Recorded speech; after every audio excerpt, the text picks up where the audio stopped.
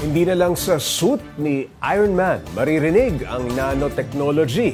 Ito na rin kasi ang teknolohiyang ginagamit ngayon ng isang kumpanya sa Pilipinas na may produktong kaya raw labanan ang pagpasok ng init ng araw sa ating mga tahanan.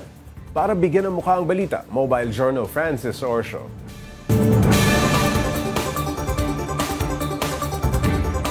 Kapag mainit ang panahon, tambay na lang sa loob ng bahay. Yun nga lang, kung minsan mainit at maalinsangan pa rin kahit nasa bahay ka na. Pero ang problemang yan, may solusyon na sa tulong ng siyensya. Kahit nagsimula na ang tag-ulan, wala pa rin tayong takas sa init. Kita yan sa nagtataasang heat index sa iba't ibang lugar sa bansa na pumapalo pa rin sa danger level o higit 42 degrees Celsius. Sa tulong ng siyensya, isang Filipino company na Trendway Builders ang ipinagmamalaki ngayon ang natatangi nilang produkto para maibsan ang init, ang nanotechnology glass coating. Ano naman kaya yan? Nakaka-block na siya ng pagpasok ng init at saka ng UV rays into our homes.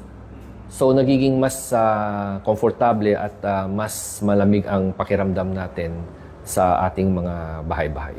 Liquid base ang nanocoat solution nila. Ina-apply o inilalagay ito sa mga glass panel tulad ng pinto, bintana o pader na gawa sa salamin. Kaya nitong maharang ang pagpasok ng init at ultraviolet rays na dahilan ng pag-init ng isang kwarto o silid. Yung room daw na may air conditioning na wala pang nanocoat, 28 degrees Celsius. Tapos pumunta po siya sa adjacent room na naka-nanocoat na po pero naka-off yung aircon.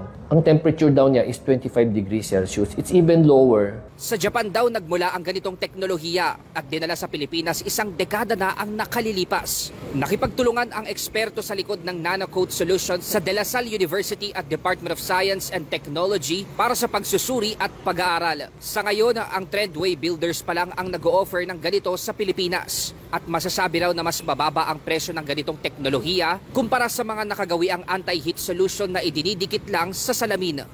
Actually, mas mababa pa po yung price ng nanocoat compare sa film o sa tint. But I would say 30 to 40%. Not only is it more economical in terms of price, yung useful life po ng product, umaabot po siya ng mga 10 years. Sa mas umiinit na panahon, talaga nga namang welcome ang ganitong solusyon. Pero higit pa sa pagtanggap sa mga ganitong imbensyon, ang responsibilidad natin na pangalagaan ang mundo para maiwasan ang mas matinding epekto ng climate change. Mobile journalist Francis Orsio po, hatid ang mukha ng balita.